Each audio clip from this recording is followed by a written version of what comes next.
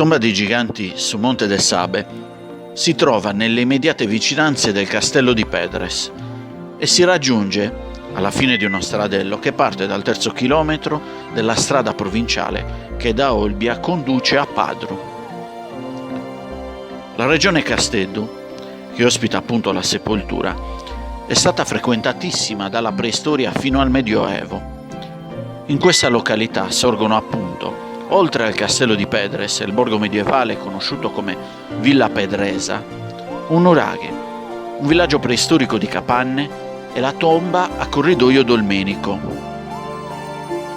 Il monumento è composto interamente da grandi pietre di granito locale ed è orientato lungo l'asse nord-ovest-sud-est. Le parti fondamentali che compongono le tombe dei giganti sono principalmente due: il corpo allungato e l'esedra.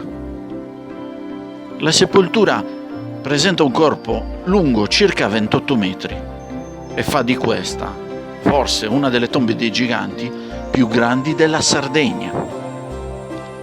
È importante ricordare però che non tutto il corpo allungato è occupato dal corridoio funerario e che quest'ultimo è un po' più corto. Questa differenza è riconducibile al fatto che la tomba, per come è osservabile ora, è l'evoluzione di una tomba più antica. Un le couvert o corridoio coperto era la sepoltura originaria, ampliata e inglobata nella tomba dei giganti, come testimoniano appunto i rinvenimenti fatti dall'archeologa Castoldi durante lo scavo condotto nel 1962. E inquadrabili dall'età del bronzo antico sino all'età del bronzo recente.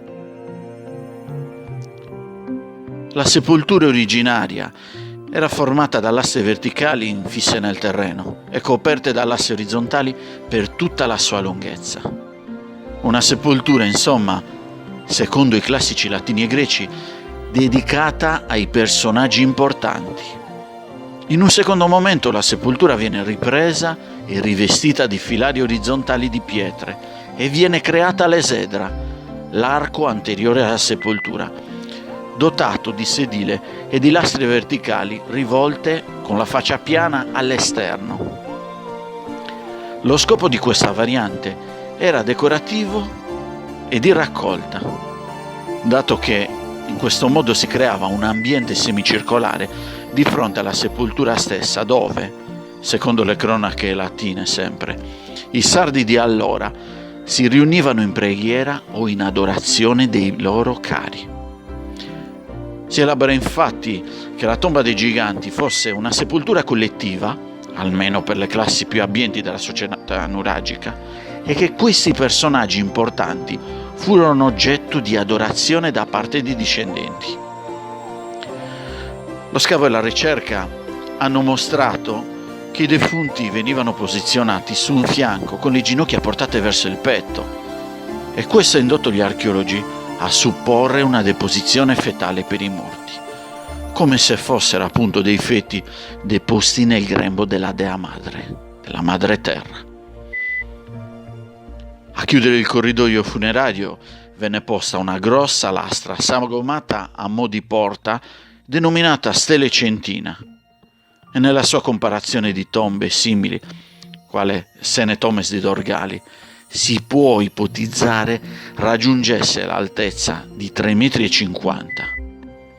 Ora la stele non è più rinvenibile, ma il rinvenimento di un pugnale e di altri elementi durante lo scavo ne evidenziano la caratteristica quale monumento funerario gentilizio.